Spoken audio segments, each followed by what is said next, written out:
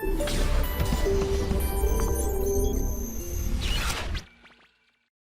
Morning to all students of Motion Education Private Limited. My name is Gaurav Singh Jhala, faculty social science. और आज हम board के crash course में एक और चैप्टर लेने जा रहे हैं, नया चैप्टर जिसका नाम है एग्रीकल्चर। एग्रीकल्चर कृषि, या क्या यूजेस हैं भारत की अर्थव्यवस्था के अंदर एग्रीकल्चर का, या एग्रीकल्चर रीजन जो इंडिया में हैं, या जहाँ पर आप देखते हो कि जब आप एक बस में बैठ के आप जब ट्रैवल करते हो एक स्टेट से दूसरे स्टेट, तो हम क्या देखते हैं। अगर मान लो कि मैं राजस्थान से चलना शुरू कर रहा हूँ, राजस्थान के नॉर्दर्न साइड से मैं चलना शुरू कर रहा हूँ, शेखावटी रीजन से, जो कि बेसिकली हरियाणा से बॉर्डर है, और फिर मैं हरियाणा होते हुए पंजाब जाता हूँ, तो मैं देखता हूँ चेंज ऑफ सॉइल। क्या देखता हूँ मैं? Change of soil. Change of soil देखता हूँ, सॉइल के पैटर्न का रंग, सॉइल का कलर, कहीं पर लाल है, कहीं काला है, कहीं पर वो ब्राउन है, कहीं पर वो नमक के साथ मिला हुआ है। कच्छ में जाऊं तो ये जो सॉइल की प्रॉपर्टी है, ये जो सॉइल है, ये इतना अलग अलग कलर या टेक्सचर्स लेती है। ठीक है। दूसरा, भारत के अंदर मैं जाता हूं तो मैं देखता हूं किसी राज्य में बहुत ज़्यादा गेहूं का उत्पादन होता है, किसी राज्य में बहुत ज़्यादा जो है चावल का उत्पादन होता है। कुछ राज्यों में चावल ही मुख्य फसल है खाने की, जैसे Tamil Nadu, Karnataka, Kerala, waste Bengal, Jharkhand, Andhra Pradesh, north eastern states जो हैं। कहीं पर गेहूं की खपत ज़्यादा है, जैसे पंजाब, हरियाणा, उसके बाद बात करें हम दिल्ली या राजस्थान, मध्य प्रदेश, गुजरात। तो ये जो अनाज की उपलब्धता है, या जो ये वीट की उपलब्धता है, या ये जो सारा एक एग्रीकल्चर का पैटर्न है, ये कैसे डेवलप हुआ भारत में, कहाँ कहाँ किस तरीके की सॉइल है, उस पर किस तरीके का इंपॉर्टेंट क्रॉप का प्रोडक्शन होता है, वही इस चैप्टर में हम देखने जाएंगे। अब क्योंकि चैप्टर बोर्ड के पर्सपेक्टिव से पढ़ रहे हैं, तो क्वेश्चंस कौन से ज्यादातर पूछे जाते हैं। ठीक है। बोर्ड का जो पैटर्न 2021 में इस बार चेंज हुआ है, उसमें एक इंपॉर्टेंट चेंज ये हुआ है, लास्ट ईयर तक यानी 2020 के बोर्ड्स करिकुलम तक जो पैटर्न था वो आता था मेजर क्वेश्चंस यानी 1 मार्क्स के, शॉर्ट, वेरी शॉर्ट, जिसमें एमसीक्यूज होते थे, फिल इन द ब्लैंक्स होते थे। उसके बाद शॉर्ट आंसर में 3 marks and then long answer का 5 मार्क्स। इस बार जो चेंजेस हुए हैं, वो चेंजेस ये हुए हैं कि 1 मार्क्स का है 16 क्वेश्चन, यानी 1 मार्क्स के क्वेश्चन, 3 मार्क्स के, 4 मार्क्स एंड 5 मार्क्स। 4 वाला सेगमेंट इस बार एनहांस किया गया। अब कुछ क्वेश्चंस देखते हैं ताकि हमें पता चले कि इस चैप्टर के अंदर हम बेसिकली किस तरीके के क्वेश्चंस का ज्यादा अक्यूरेंस देखते हैं, जो बार बार पूछे जाते हैं। ठीक है। सबसे पहले जैसे 1 मार्क्स की बात करें कि differentiation between plantation and commercial crops. Plantation और कॉमर्शियल क्रॉप्स से आप क्या समझते हो, या प्लांटेशन या कॉमर्शियल क्रॉप्स किसे कहते हैं। ठीक है, देखेंगे इसको आगे चैप्टर में। दूसरा क्वेश्चन अगर आप पढ़ेंगे तो उसमें लिखा हुआ है प्रिमिटिव सब्सिस्टेंस फार्मिंग क्या होती है। प्रिमिटिव सब्सिस्टेंस फार्मिंग यानी ये वो कौन सी खेती है जिसका इंपॉर्टेंस आदिवासी जनजातीय क्षेत्र में बहुल में होता है। झूमिंग कल्टीवेशन, स्लैश एंड बर्न, एक पैच ऑफ लैंड को क्लियर करके खेती करना 10 से 15 साल, उसके बाद उसे छोड़ देना क्योंकि उसकी उर्वरक क्षमता, उसकी फर्टिलिटी रिड्यूस हो चुकी है, और अब दूसरी जगह पर जाकर करना। क्यों? क्योंकि पहाड़ी एरिया में लोगों के पास प्लेन्स की तरह फ्लैट लैंड या बहुत लंबी जगह नहीं होती है। जो आदिवासी जनजाति है वो अपने खाने के जितना ही उत्पादन करते हैं और उसको कंज्यूम कर लेते हैं। प्रिमिटिव मतलब बेसिकली जीवन यापन करने के लिए, ठीक है, उतना ही उगाते हैं जितना खाना है। झूमिंग एंड स्लैश एंड बर्न, इससे आप क्या समझते हो, ये किस चीज से रिलेटेड है, और इसे आप कहां देखते हो भारत के अलग अलग हिस्सों में, हिली रीजन्स में देखते हो, प्लेन्स में देखते हो, या फ्लैटलैंड्स में देखते हो, कहां देखते हो। ठीक है। Then question number 4, how do you see commercial farming as an extensive method of farming. Commercial farming को एक्सटेंसिव फार्मिंग क्यों कहा जाता है? जिसमें बहुत ज्यादा मेहनत हो, बहुत ज्यादा क्वांटिटी एंड क्वालिटी बहुत ज्यादा हो, प्लस इसमें जो पैसा है, कैपिटल इन्वेस्टमेंट, वो ज्यादा होता है। पंजाब हरियाणा इसके लिए जाने जाते हैं। पंजाब हरियाणा में बहुत एक्सटेंसिव खेती होती है, इतनी एक्सटेंसिव होती है कि वहां पर आपको जंगलात दिखेंगे ही नहीं, खेत ही खेत दिखेंगे। एक तो पंजाब और हरियाणा फ्लैट लैंड्स पे आता है, यानी पूरे जो राज्य हैं सपाट जमीन पर हैं। यहाँ पर डेंस फॉरेस्ट आपको नहीं मिलेगा देखने को, जंगलात नहीं मिलेंगे, खेती ही खेती की जमीन आपको देखने को मिलेगी। एक नॉलेज के लिए बता दूं, हरियाणा भारत का वो राज्य है जहां सबसे कम फॉरेस्ट कवर है, सबसे कम फॉरेस्ट, यानी जंगलात की जमीन ही नहीं है, जंगल ही नहीं है। मिजोरम देश का वो राज्य है जिसके टोटल ज्योग्राफिकल एरिया का 90% फॉरेस्ट में कवर है, यानी इतना डेंस फॉरेस्ट है। तो वहां उत्पादित होने वाली फसलों पर भी तो उसका असर आएगा। क्लियर? यानी हरियाणा में क्योंकि रिवर्स की अवेलेबिलिटी ज्यादा है, कैनल्स की अवेलेबिलिटी ज्यादा है, तो बहुत ज्यादा उत्पादन हो रहा है फसलों का। ठीक है। Next, which crop is known as golden fibre. Jute, jute को गोल्डन फाइबर कहा जाता है। क्यों? कलर के वजह से तो कहा ही जाता है, प्लस इसका उपयोग इंडस्ट्रियल प्रोडक्शन में ज्यादा होता है, खाने वाली क्रॉप नहीं है। Then question number 6, coarse grain, मोटा अनाज किसे कहते हैं, या इसको हम पढ़ते हैं मिलेट्स। मोटा अनाज या मिलेट्स किसे कहा जाता है? ज्वार, बाजरा, रागी, ठीक है, मक्का, ये मोटे अनाज की कैटेगरी में जाता है। ठीक है, इनकी उपयोगिता क्या है? ये न्यूट्रिएंट रिच फसल होती है। ज्यादातर इनको खाया उन्हीं जगहों पे जाता है जहां ड्राई रीजन है, ड्राई रीजन में ही ये उत्पादित होती हैं, जैसे महाराष्ट्र, गुजरात और राजस्थान। ठीक है, देन ब्रेवरेजेस क्रॉप्स, पीने वाली पेय पदार्थ की किन फसलों के नाम आप जानते हैं? ब्रेवरेजेस क्रॉप्स, यानी चाय और कॉफी की हम बात कर रहे हैं, beverages crop. What is cropping pattern? What is cropping pattern and explain it's type with the name. देखेंगे हम क्रॉपिंग पैटर्न क्या होता है, 3 मार्क्स के क्वेश्चन में जाते हैं। ठीक है, explain plantations with suitable example. Plantations को डिफाइन करें एप्रोप्रिएट एग्जाम्पल के साथ। प्लांट बेस्ड खेती, बनाना, कोकोनट, रबड़, ठीक है, देन आप देखोगे शुगर केन, ये सब प्लांटेशन के एग्जाम्पल है। Mention any 3 points for technological and institutional advancement for agriculture. आप रिसेंटली खबर पढ़ते हो बहुत सारे कि ICAR, Indian council of agriculture research, ICAR, Indian council of agriculture research, जो बहुत पुरानी एक संस्था है, 1935 में इसका फॉर्मेशन हुआ था। कृषि के अंदर वैज्ञानिकरण, आधुनिकरण, तकनीक का सहारा, फसलों को क्रॉस ब्रीड करके उनको नई सॉइल टॉलरेट या क्लाइमेट टॉलरेट फसलों को बनाना। ठीक है, इन अभी आपने एक नाम अक्सर अगर न्यूज में सुना हो या देखते हो, BT कॉटन। ठीक है, BT cotton and BT brinjal, biotechnologically developed cotton, biotechnologically developed brinjal. अब इसमें जो है किसानों की फसलों का अच्छी पैदावार के लिए उनको बायोटेक्नोलॉजिकली मॉडिफाई करना। तो ये क्या है? एक तरीके का एग्जांपल है institutional and technological setup by Indian agriculture, जो हमारी जो अचीवमेंट हुआ है। ICAR, किसान credit card scheme, soil health card, ये बहुत सारे नए इनोवेशंस हैं जो किसानों की अर्निंग या किसानों को स्टेबिलिटी या उनको कृषि के अंदर डेवलप करने का प्रोत्साहन जो दिया जा रहा है। ठीक है, now in which regions, Bharat के किस भाग में आप लेटराइट सॉइल को देखते हैं, या आप मेन क्रॉप्स जो है लेटराइट सॉइल पे कौन सी होती हैं? चाय, कॉफी, सबसे इंपॉर्टेंट तो यही है, लेटराइट के ऊपर इन्हीं को उगाया जाता है, असम में, कर्नाटका में, केरला में। ठीक है, रबी एंड खरीफ क्रॉप्स के अंदर डिफरेंशिएशन करें, ये तो हम देखेंगे ही। ठीक है, व्हीट के लिए कुछ इंपॉर्टेंट पॉइंट्स बताएं, जैसे कि क्लाइमेट, रेनफॉल किस रीजन में होता है, यही पूछा जाता है इस चैप्टर के अंदर, और कुछ नहीं है। क्लियर? कंडीशंस ऑफ रबड़, रबड़ के लिए किस तरीके का क्लाइमेट चाहिए? 3 चीजें आपको याद रखनी है, क्लाइमेट, रेनफॉल और टेम्परेचर। ये आपको हर क्रॉप के लिए याद रखना है, क्योंकि इस पे शॉर्ट क्वेश्चंस भी बनते हैं, लॉन्ग भी बनते हैं, MCQs भी आते हैं स्टेज 1, स्टेज 2 के लिए। ठीक है, चलो 5 मार्क्स के क्वेश्चंस देखते हैं। क्रॉपिंग सीजन्स इंडिया में क्या है, किस महीने में होता है हार्वेस्ट, किस महीने में किया जाता है, और उनके हार्वेस्टिंग टाइम बताएं। ठीक है, ब्लैक सॉइल की कैरेक्टरिस्टिक्स बताएं, ये बहुत इंपॉर्टेंट है, ब्लैक सॉइल। ठीक है, black soil basically Maharashtra, Gujarat में पाई जाती है, इग्नियस रॉक्स की वजह से ही डेवलप हुई है, इसीलिए इनका कलर, टेक्सचर ब्लैक है।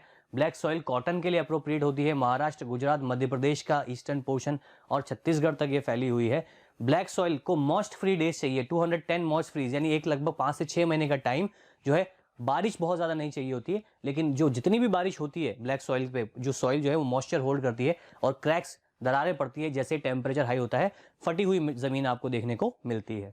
चलो अब एक एक करके कॉन्सेप्ट पे जाते हैं। सबसे पहले प्रिमिटिव और इंटेंसिव सब्सटेंसेस क्या होती है। प्रिमिटिव, मान लो मैं एक आदिवासी जल बाहुल्य क्षेत्र का व्यक्ति हूँ, मैं अपने खेत, अपने घर की कुटिया के पीछे थोड़ी सी जमीन पे सब्जी उगा लेता हूँ, थोड़ा सा अनाज उगा लेता हूँ, और छोटे मोटे औजारों से, कुदाल से या फावड़े से, छोटे से, और उस खेती को उगाता हूँ, और जितना मैं उगा रहा हूँ उतना ही मैं खा रहा हूँ, उतना ही कंजम्पशन कर रहा हूँ। ठीक है, मैं उसको मार्केट में जाकर बेच नहीं रहा हूं, उससे पैसा नहीं कमा रहा हूं।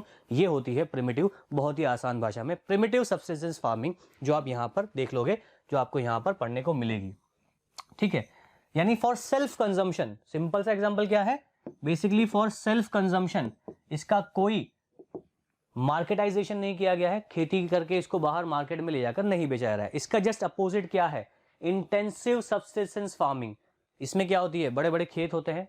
ठीक है, आप मान लो कि एक फार्मर है, छोटा फार्मर है, मान लो उसने 50 बोरी जो है 50 जो है बोरी अनाज उसने किया है, उसमें से उसने 10 खुद के लिए रख लिया और बाकी 40 बेच दिया। उससे और बड़ा किसान है तो हो सकता है उसने 1000, बहुत सारी जमीनें हैं, 1000 जो है बोरी बैग्स उसने जो है बेसिकली उसने गेहूं किया, 25 अपने लिए रखा, 30 अपने लिए रखा, बाकी सब मार्केट में बेच दिया। Basically which is market oriented, that is intensive, जिसमें आप लेबर को इंक्लूड करते हो, बाहर से लाते हो, लेबर से काम करवाते हो, सोविंग करवाते हो, फिर हार्वेस्टिंग करवाते हो। ठीक है, प्रोडक्शन बढ़े इसके लिए हाई यील्डिंग वैरायटी सीड्स का भी इस्तेमाल होता है, बायोलॉजिकल उसमें हो सकता है, आप ऑर्गेनिक खाद भी डालें, पैसा लेबर उसमें जो है आप लगाएं, और ज्यादातर इंटेंसिव जो है वो मार्केट के लिए भी की जाती है। ठीक है, जो प्रिमिटिव है ये वर्षा के साइकिल, मॉनसून और सॉइल के टाइप पे आधारित होती है। यहाँ पर जो ये आदिवासी जनजाति क्षेत्र का आप फोटो देख रहे हो, ये लोग उस पर कोई फर्टिलाइजर पेस्टिसाइड मार्केट से लाके नहीं खरीदते हैं। बेसिकली अब जब प्रिमिटिव फार्मिंग कर रहे हैं तो अब जब ये सॉइल पर काम करेंगे, 10 से 12 साल गेहूं उगाएंगे, तो धीरे धीरे सॉइल की डेफिशिएंसी जो है, न्यूट्रिएंट वैल्यू जो है न्यूट्रिशियस, वो कम हो जाएगी। तब ये क्या करेंगे, ये दूसरी जगह पर शिफ्ट करके स्लैश एंड बर्न, वहां का वेजिटेशन काटेंगे, खेती लायक जमीन बनाएंगे, उस जगह को जलाएंगे, वो जो जले हुए पौधे हैं पादा पे वहीं पर राख का काम करेंगे और फिर उसके ऊपर अपना खेती करेंगे। Basically slash and burn hilly regions में प्रैक्टिस की जाती है। भारत के जितने भी आदिवासी क्षेत्र आप देखोगे, नागालैंड, मिजोरम, मणिपुर, मेघालय, या आप जितने भी देखोगे गोंडवाना बेल्ट जो है मध्य प्रदेश, छत्तीसगढ़, वहाँ जो आदिवासी है, या राजस्थान में जो उदयपुर, डूंगरपुर वाला एरिया है, बांसवाड़ा एरिया है, जो भील या जनजाति समूह का आधारित है, वहाँ ये लोग पहाड़ी रीजन पे सपाट जमीन ना होने के कारण करते हैं। और इस पे दो एडवांटेज होते हैं, सॉइल कंजर्वेशन भी हो जाता है टेरेस फार्मिंग की वजह से, फ्लो ऑफ वाटर वो है कम हो जाता है, और जमीन पर चावल उगाकर अपना पेट भी भरते हैं। तो ये तो बात हो गई इसकी। ठीक है, अब मेघालय, इंडिया में जो झूमिंग क्यों कहते हैं, बेसिकली जो पैटर्न है इसका with the flow, with the direction of this name, it is known as jhooming. या भारत के अलग अलग रीजन्स में इसी झूमिंग को, स्लैश एंड बर्न को, या शिफ्टिंग कल्टीवेशन को, तीनों नाम होते हैं। शिफ्टिंग कल्टीवेशन इंग्लिश में, स्लैश एंड बर्न उसका पैटर्न, झूमिंग उसको लोकल लैंग्वेज में कहते हैं। मेघालय, मणिपुर, मिजोरम, नागालैंड, असम में इनके अलग अलग प्रैक्टिसेस सबसे ज्यादा की जाती है। ठीक है, अब इसी झूमिंग या जो आपकी ये जो कल्टीवेशन है, अब देखो ये एक पैच ऑफ लैंड है, क्योंकि फॉरेस्ट है, डेंस फॉरेस्ट है, पहाड़ी एरिया है, सपाट जमीन तो मिलेगी नहीं, तो वो जो एक्चुअल फ्लो है उसी को टेरेस गार्डन बनाकर, टेरेस फार्मिंग बनाकर पानी के फ्लो को कंट्रोल किया जा रहा है, सॉइल को कंजर्व करने के लिए, प्लस टेरेस फार्मिंग में उसको झूमिंग, या हम जो अलग अलग इसको पैटर्न से फॉर्म किया जाता है अलग अलग रीजन्स में, उसे हम देखते हैं। स्लैश एंड बर्न इसका मेथड है। अब अलग अलग राज्यों में, जैसे कि मध्य प्रदेश में इसको बेवार और धैया कहा जाता है, पोडू और पेंडा आंध्र प्रदेश में कहा जाता है, वहां के ट्राइबल या आदिवासी लोगों के द्वारा, पामादाबी और कोमन उड़ीसा में, कुमारी वेस्टर्न घाट्स में, जो हाई रीजन है, पहाड़ों के वेस्टर्न घाट्स जो सह्याद्री जिसको हम बोलते हैं, और राजस्थान में इसको वेलतरी कहा जाता है। ऐसे ही जो डिफरेंट रीजन्स हैं वर्ल्ड के, लाइक वेनेजुएला में कॉन्को, ब्राजील में रोको, मसोल सेंट्रल अफ्रीका में, लदेंग इन इंडोनेशिया एंड रे इन वियतनाम इसको कहा जाता है। क्वेश्चंस में आते हैं डायरेक्ट 1 मार्क्स के, इसलिए लिखा है टेबुलर फॉर्म में। क्लियर। अब second type of farming commercial, जैसा नाम में लिखा है commercial, that means which is basically done for the mass production. Commercial यानी इसको आप मास प्रोडक्शन के लिए करते हैं। इसके लिए आपको सिर्फ एक वर्ड याद रखना है, हाई यील्डिंग वैरायटी सीड्स।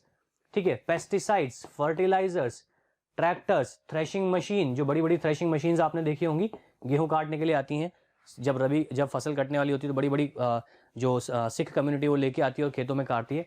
तो कॉमर्शियल फार्मिंग जो पूरी तरीके से फार्मिंग जो है मार्केटाइजेशन को देखते हुए की जाती है, इसमें high yielding variety seeds, chemical, fertilizer, insecticides, ज्यादा मुनाफा, ज्यादा पैसा कमाने के लिए की जाती है। पंजाब एंड हरियाणा वो 2 स्टेट्स हैं जो इसे प्रैक्टिस करते हैं बहुत ज्यादा वास्ट एरिया में।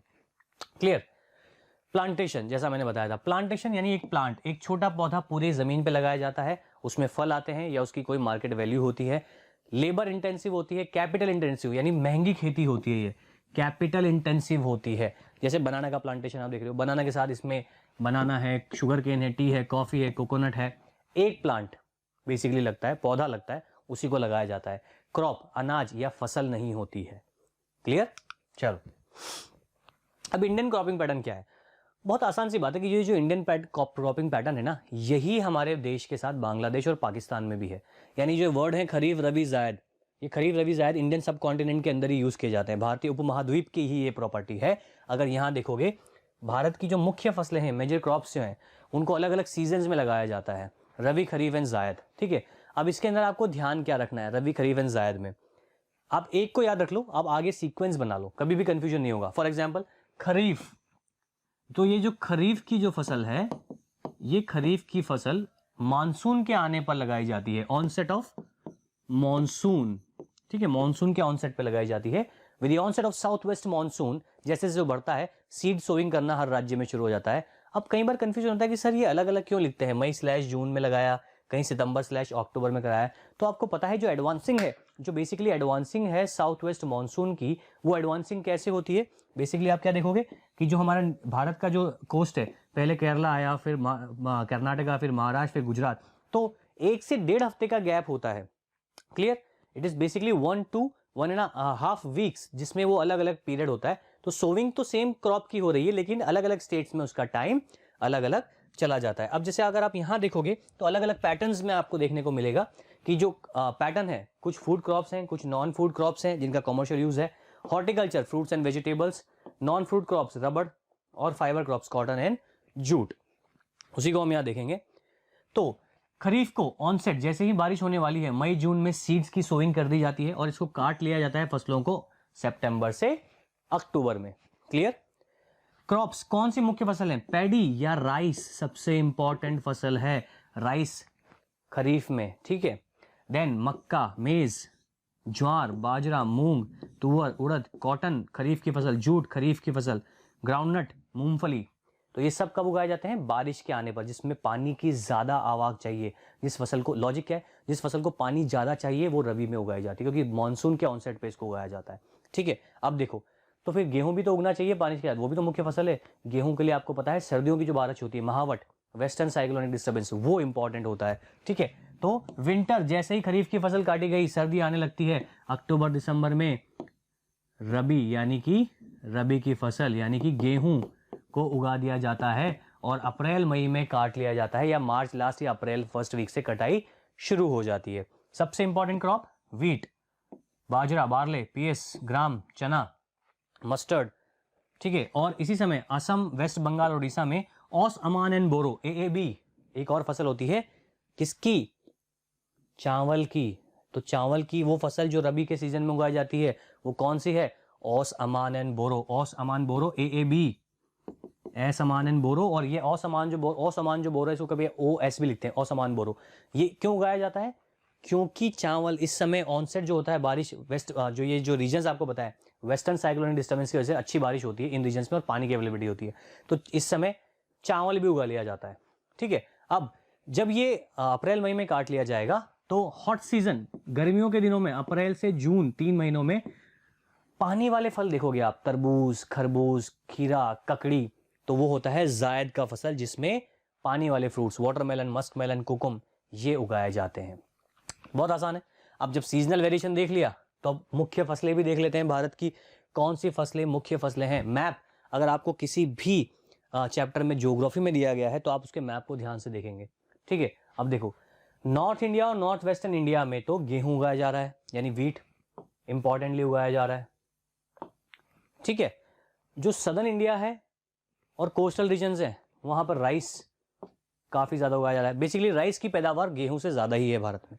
ठीक है, अब देखो, राइस मेन स्टेपल क्रॉप है भारत में, मुख्य भोजन का आहार है। जितने भी साउथ स्टेट्स में आप जाओगे, चावल आपको मुख्यतः मिलेगा। अगर साउथ ईस्ट, नॉर्थ ईस्ट जाओगे तो नॉर्थ ईस्टर्न में भी आपको मिलेगा। आप बंगाल जाओगे तो वहां भी मिलेगा। बिहार और उत्तर प्रदेश में भी चावल मुख्य भोजन के रूप में खाया जाता है। ठीक है, ये एक खरीफ की क्रॉप है। भारत सेकंड लार्जेस्ट प्रोड्यूसर है राइस का आफ्टर चाइना। ठीक है, तो आपको ये भी याद रखना है, क्योंकि कई बार क्वेश्चन लीडिंग प्रोड्यूसर का भी आ जाता है। बहुत आसान सी बात है, चाइना के पास भी बहुत बड़ा एरिया है, इंडिया के पास भी बहुत बड़ा एरिया है, तो जो क्रॉप है वो यहाँ पर अच्छी हो रही है। भारत के लिए सबसे अच्छी बात क्या है कि हम सब ट्रॉपिकल और ट्रॉपिकल रीजन में आते हैं दुनिया के, जहाँ सनलाइट सबसे ज़्यादा अवेलेबल है। सीजनल वेरिएशन हम देखते हैं, वरना आप एक्सपेक्ट करो कि रशिया में जहाँ इतनी सर्दी पड़ती 7 से 8 महीने, वहाँ कितना कम वेजिटेशन है, कितना कम वहाँ पर आप देखोगे कि फसलों की वैरायटी आपको मिलेगी। या आप बिल्कुल अगर एक्सट्रीम साउथ में चले जाओगे नीचे, तो वहाँ पर भी आपको सीजनल वेरिएशन बहुत कम मिलेगा। इंडिया उन बहुत अच्छी कंट्रीज में से जहाँ सीजनल वेरिएशन आपको देखने को मिलते हैं, सर्दी, गर्मी, बरसात, मौसम का वेरिएशन। क्लियर? इसकी फसल को मैंने क्या बोला था, क्लाइमेट, रेनफॉल और टेम्परेचर बहुत इंपॉर्टेंट है बोर्ड और एनटीएससी के पर्सपेक्टिव से।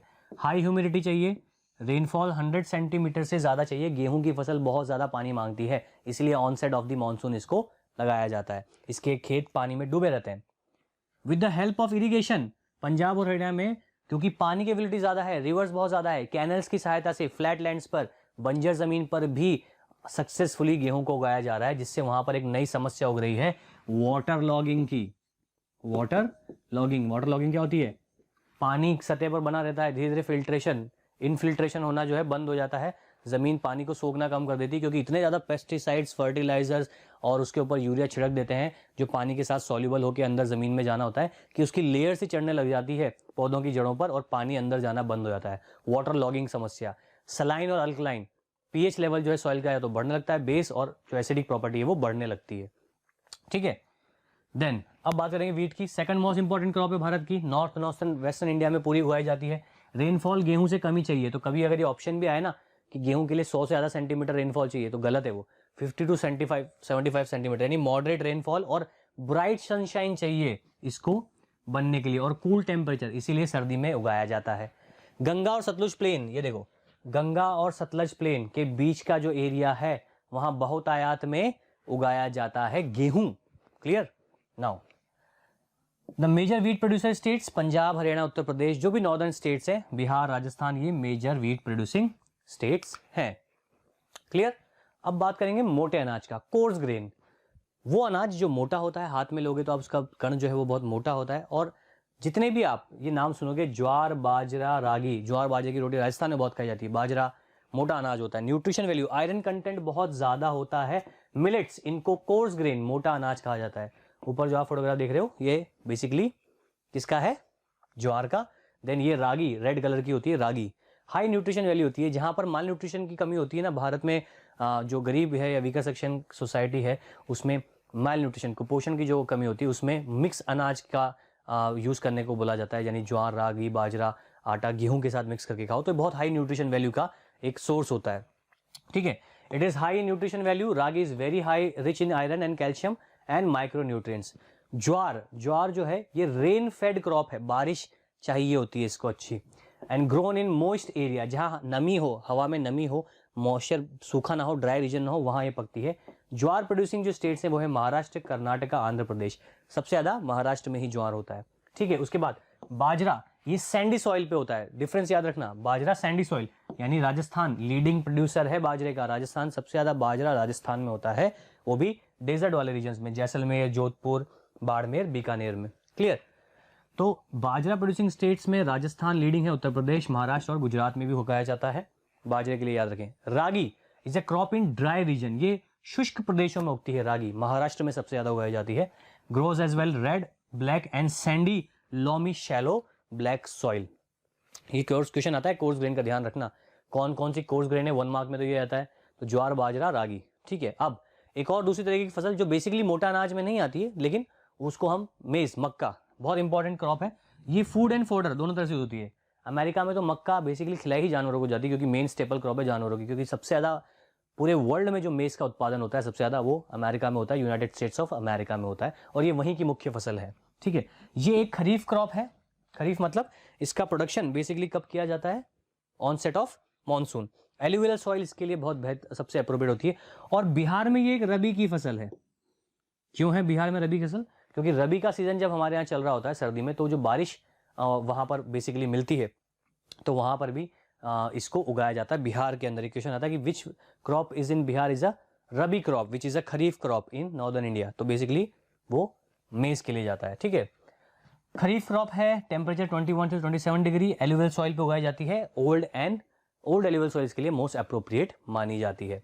ठीक है, नाउ अब बात करते हैं दालों की। पल्सेस, ये इंडिया लीडिंग प्रोड्यूसर है, जिसमें भी इंडिया लीडिंग प्रोड्यूसर है ऑटोमेटिकली क्वेश्चन बन जाता है। तो पल्सेस, पूरी दुनिया में दाल सबसे ज्यादा भारत उगाता है, वेराइटी ऑफ दाल। ठीक है, दीज आर लेग्यूमिनस क्रॉप। क्या होता है लेग्यूमिनस?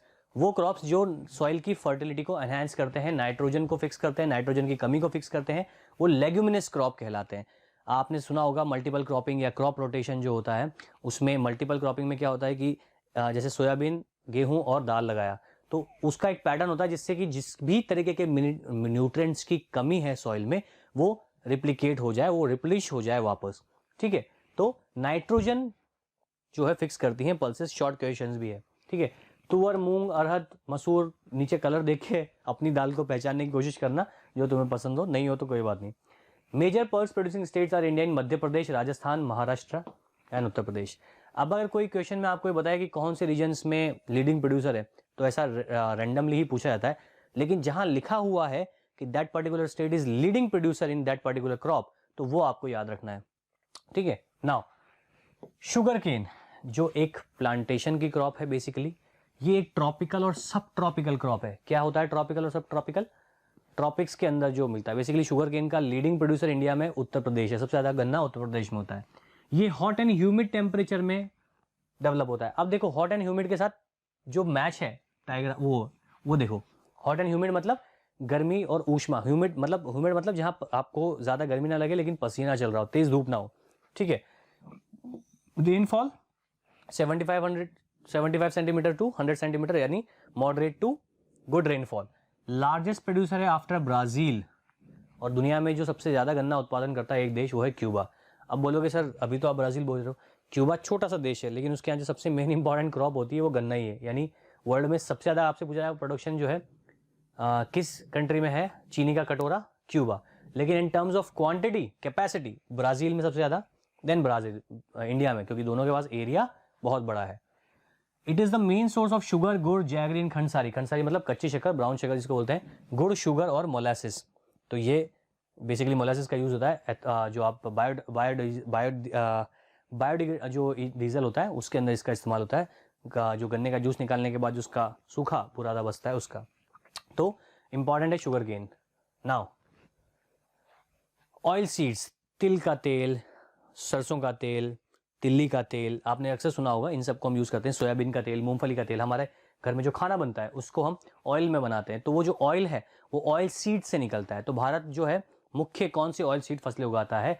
तो इंडिया में मूंगफली, ग्राउंडनट, मस्टर्ड, सरसों, coconut, sesame, soybean, castor seeds, cotton seeds, linseed, sunflower, ये वो वैरायटी जिनका ऑयल निकाला जाता है, एडिबल ऑयल जिनको हम बोलते हैं, जो खाने के लिए इस्तेमाल किए जाते हैं। Seed and mustards are rabi crop, ठीक है, इसीलिए समझाने के लिए फोटो दिया है क्योंकि नाम से तो किसी को पता नहीं चलेगा। Sesame is a kharif crop in north and rabi crop in south India, and castor seeds are growing both as rabi and खरीफ।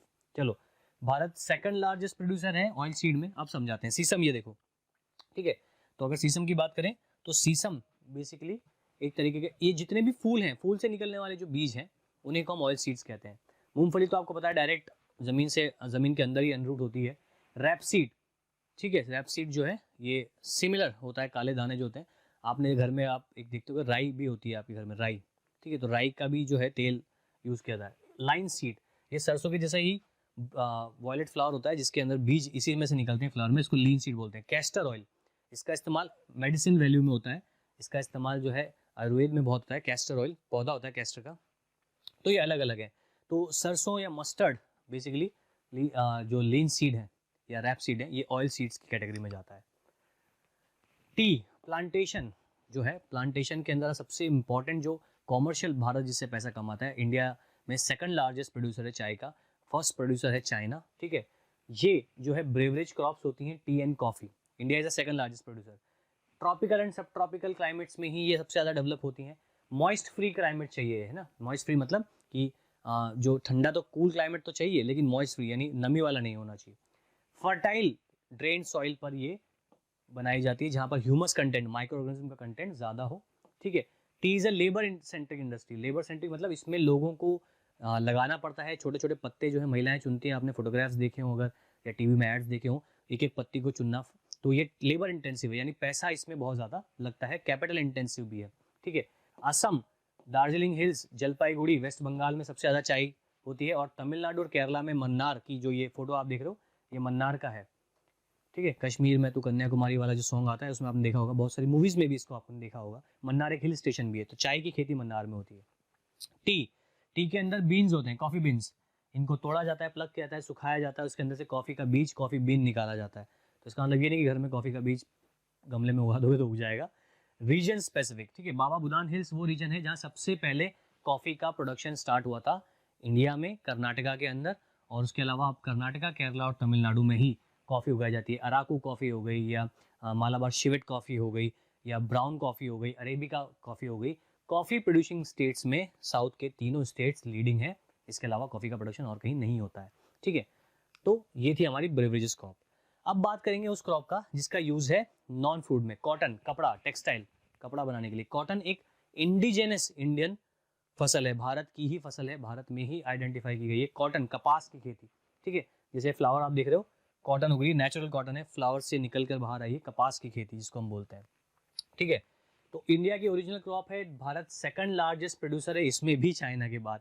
तो जिसमें भी हम सेकंड है ना, अगर कई बार समझ में ना आए ना, कोई ऐसी थोड़ा भी डाउट है तो कौन होगा लीडिंग, चाइना है कि क्या, चाइना को मार सकते हो तुक्के में। अगर आपको ऑप्शन में चाइना के अलावा कोई रिलेवेंट कंट्री ना दिखे और आपको लगे कि हाँ ये इंडिया अगर सेकंड है तो फर्स्ट आसपास चाइना हुआ in terms of area. Clear. तो it grows on drier black soil, ये ब्लैक सॉइल पे होती है, हमें पता है, काली मिट्टी पे होती है। ठीक है। It requires high temperature, high temperature इसके लिए ज़रूरी है, इसके लिए रेनफॉल ज़रूरी नहीं है, यानी ड्राई रीजन्स में होती है। लाइट रेनफॉल देखो 110 फॉस फ्री डेज, यानी लगभग 6 महीने के बाद सोइंग कर दी, पौधा हो गया, तो ड्राई रीजन चाहिए। ये खरीफ की क्रॉप है कॉटन, और मेजर कॉटन प्रोड्यूसिंग स्टेट्स हैं महाराष्ट्र, गुजरात एंड मध्य प्रदेश। उसी के साथ बात करेंगे जूट की, जो भी एक फाइबर है, फाइबर का रेशा होता है जिसको उगाया जाता है वेस्ट बंगाल के जो कोस्टल क्षेत्र हैं, हुगली या पद्मा रिवर के जो कोस्टल क्षेत्र हैं, बिहार, वेस्ट बंगाल और झारखंड से बहुत ज़्यादा लेबर जो है इस वर्क को करने के लिए आती है। वेस्ट बंगाल, बिहार, असम, उड़ीसा, वही जगह जहाँ पर इसकी खेती होती है, वहीं पर इसका प्लांट्स भी हैं, इसको प्रोसेसिंग की जाती है, वर्ल्ड के अलग अलग पार्ट्स में भेजा जाता है। It is use as making of gunny bags, बोरियाँ, gunny bags, mats, ropes. Bangladesh leading producer है जूट का, और सबसे पहले जब हमारा बांग्लादेश का बंटवारा हुआ था, ईस्ट बंगाल जब बना था, तो सारी इंडस्ट्रीज जो हैं जूट की मेजर, वो सब बांग्लादेश में चली गई थी, बची हुई वेस्ट बंगाल में थी। तो इंडिया में जो प्रोडक्शन है जूट का वो सेकंड लार्जेस्ट है, फर्स्ट बांग्लादेश का है। क्लियर। तो ये दो नॉन फूड क्रॉप। अब जिस पे एक और इम्पॉर्टेंट नॉन फूड क्रॉप जिसका इम्पॉर्टेंट क्वेश्चन आता है वो है रबड़। सबसे पहली बात तो रबड़ एक इक्वेटोरियल क्रॉप है, इक्वेटोरियल मतलब इक्वेटर के पास, यानी इंडिया अगर 8 डिग्री से शुरू हो रहा है और 0 डिग्री पर इक्वेटर है, तो आप समझ जाओ कि केरला ही सबसे ज़्यादा रबड़ बनाता है। भारत में सिर्फ केरला में प्रोडक्शन होता है, और इतना नहीं होता है कि हम सेल्फ सफिशिएंट हैं, इस चीज़ को समझना, इतना प्रोडक्शन नहीं होता है कि हम सेल्फ सफिशिएंट है रबड़ के केस में। रबड़ भी एक तरह का प्लांटेशन है, जैसा आप देख सकते हैं इन पर्सन को, ये जो व्हाइट कलर का फ्लूइड निकलता है, जो दूध निकलता है रबड़ के पेड़ से, उसको स्टॉक किया जाता है, उसको प्रोसेस किया जाता है। और रबड़ का जो इस्तेमाल है वो सबसे ज़्यादा टायर या टायर मैन्युफैक्चरिंग इंडस्ट्रीज़ को जाता है। ठीक है। इंडिया में केरला, तमिलनाडु, कर्नाटका के जो मॉइस्ट, जो सबसे ज़्यादा हरे भरे डेंस वेजिटेशन वाले एरिया हैं, वहीं पर रबड़ की खेती होती है, जहाँ टेम्परेचर पैरेलल हो। आप देखो इस फोटोग्राफ में नीचे भी कितना ग्रीन है, यानी लश ग्रीन्स जो नीचे के वीड्स हैं या प्लांट्स हैं, यानी इतनी ज़्यादा रेनफॉल, टेम्परेचर 25 डिग्री तक चाहिए, रेनफॉल 200 सेंटीमीटर से ज़्यादा चाहिए। तो अगर आपसे पूछ लिया जाए कि कोई ऐसी फसल जिसके लिए 200 सेंटीमीटर तक की रेनफॉल चाहिए हो, वो कौन सी है, तो दैट इज रबड़। ठीक है। अंडमान निकोबार में भी उगाया जाता है, क्योंकि अंडमान निकोबार सबसे पास है इक्वेटर के, टेम्परेचर, क्लाइमेट, रेनफॉल इक्वल मिलेगी। और मेघालय में गारो हिल्स में भी उगाया जाता है, गारो, खासी, जयंतिया। क्लियर। तो यहाँ तक की बात तो हुई हमारी इसकी। अब इसके साथ जो आगे हम कॉन्सेप्ट देखेंगे उसको हम पढ़ेंगे नेक्स्ट कॉन्सेप्ट में। ठीक है। तो यहाँ तक की तो बात हुई एग्रीकल्चर किस तरीके से चलता है, एग्रीकल्चर के अंदर पैटर्न क्या है, कौन कौन सी इंपॉर्टेंट क्रॉप्स हैं, इसे रिवाइज करें, रिकॉल करें। तो ये था हमारा आज का चैप्टर, बोर्ड क्रैश कोर्स का एग्रीकल्चर। बहुत स्कोरिंग चैप्टर है, इसमें से क्वेश्चंस डायरेक्ट आते हैं, हमने क्वेश्चंस भी देखे कौन कौन से क्वेश्चंस पूछे जाते हैं। इसको रिवाइज करें, रिकॉल करें। Do like and subscribe motion education foundation limited. Thank you so much.